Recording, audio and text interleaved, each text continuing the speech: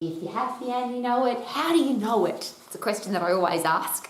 And what does happiness mean to you, and do you want to be happy? And the reverse of that is, I want to be miserable, I want to be grumpy, I don't like my life. Seems really ridiculous. So how do we make sure that we are happy, contented, feel rewarded, feel satisfied with life? And they're really personal questions, and I'm asking for a very personal reason. Because if you are a parent, a teacher, a coach, a pastor, a boss, a leader, and people ask you, is it possible to be happy? I'm sure that you give the answer yes. But we live in a world now where there are so many unhappy, miserable people. So what advice do we give about being happy? And is it simple to feel satisfied with your life? What do you need to do to feel happy every day?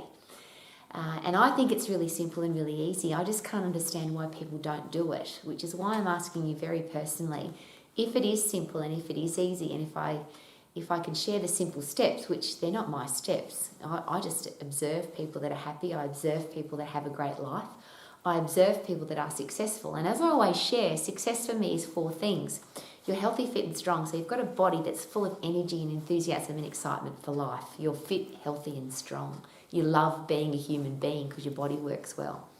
Number 2 is that you've got a career or business that you love. So what you do to earn money is something that you find satisfying and rewarding. So that might be that you're a sports person or an artist or a dancer or a doctor, a builder or a brain surgeon. It doesn't matter, as long as you're doing what you really love to do and you wake up every day loving it. And that's the thing that you do to earn money isn't about, I have to earn money to pay my lousy, stinking, rotten bills.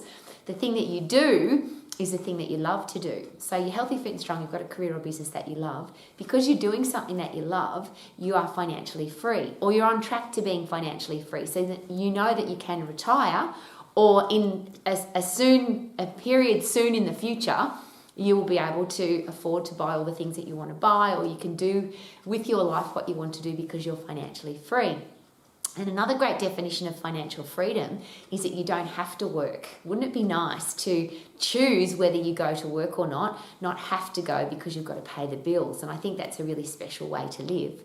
And then, of course, great people in your life. And I can never understand why we accept negative, nasty, horrible people in our life. And a lot of people share with me, but Rowie, that's my family or my parents or my partner. Well, a great question to ask is this: if they weren't your family, your parents, your partner, would you have them in your life? And if the answer is no, then why do we put up with poor behaviour from anybody, whether it's our family or our parents or our partner? Why would we put up with it?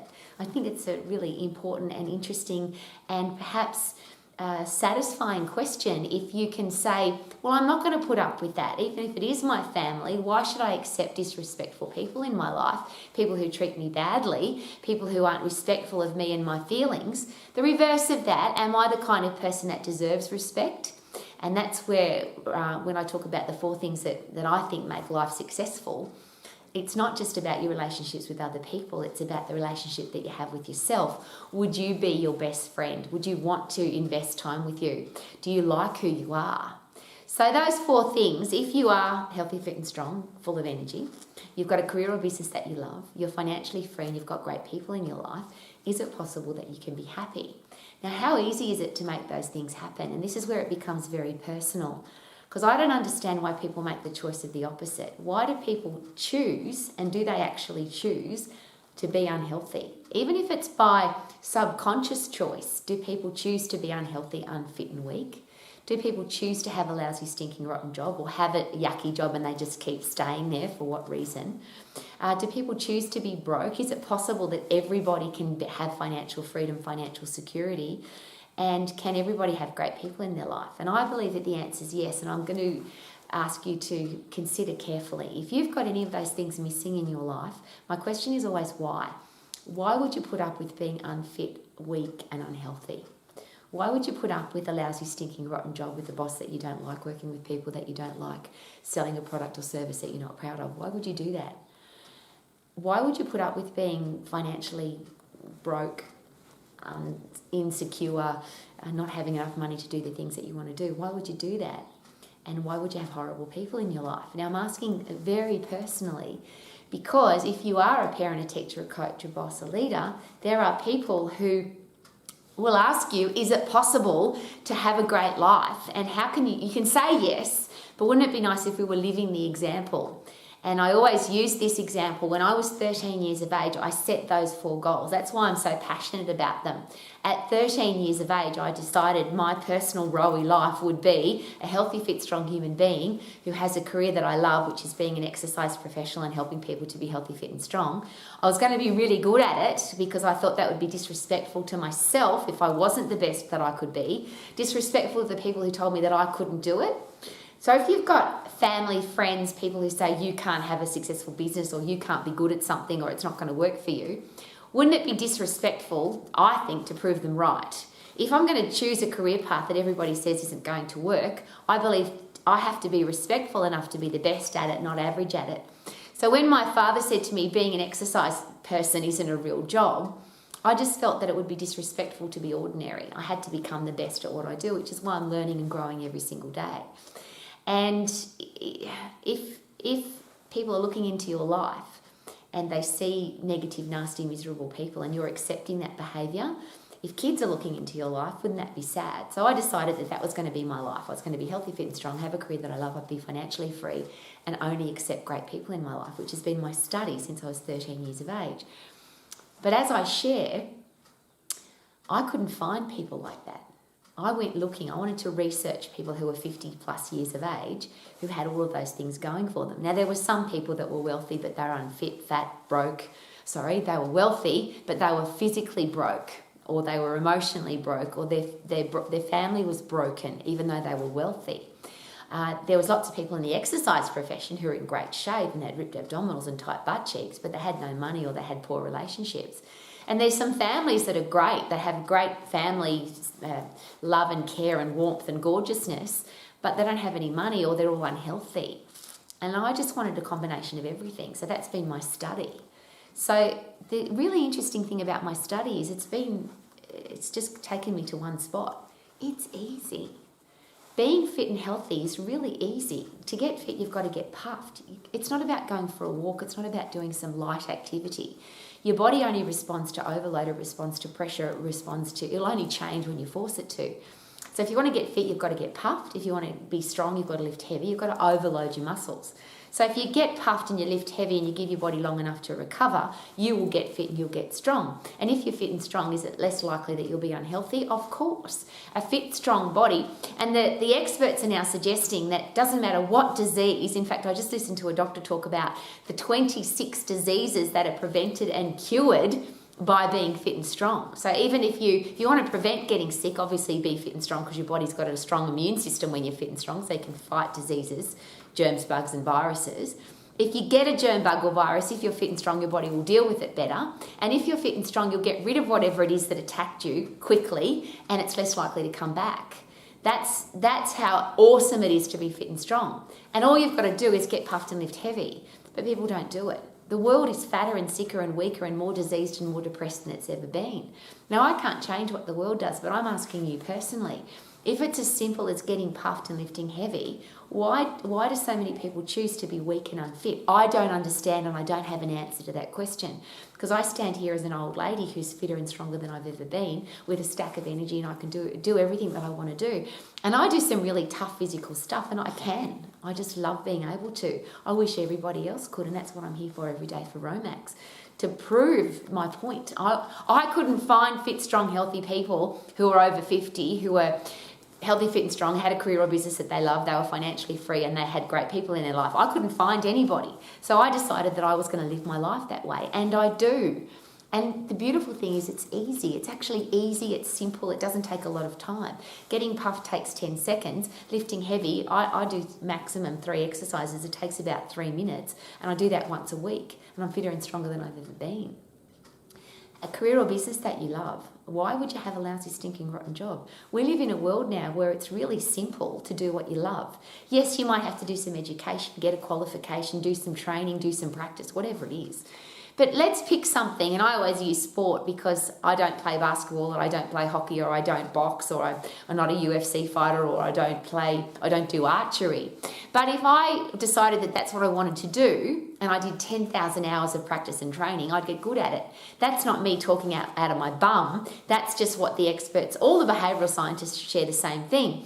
If you want to do something, to get good at something, even if you're not good at it, even if you're not naturally talented, which most people are that do great things with their sport or their singing or their music or whatever it is, but why would you choose something that you don't love anyway? So if you're good at singing and you put in 10,000 hours worth of practice and training, you'll be really good at it.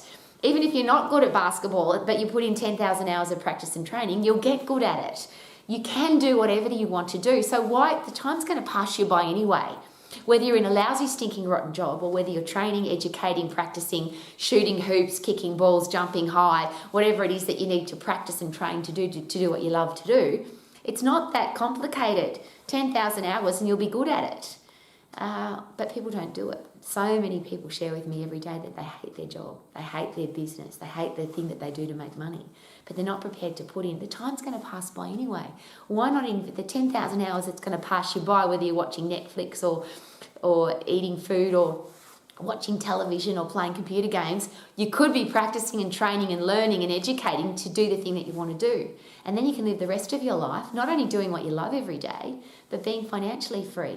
Because that sweet spot, and I learnt this very early on, when you do what you love and you keep getting better at it and you add massive value to people's lives, if you live in that sweet spot, you will have a successful business and you will be financially free. And this doesn't matter, again, whether you use a business person or an elite athlete or a singer or an engineer or a builder. We want to do business with people that are passionate about what they do, they're really good at it, and they want to add value to our lives.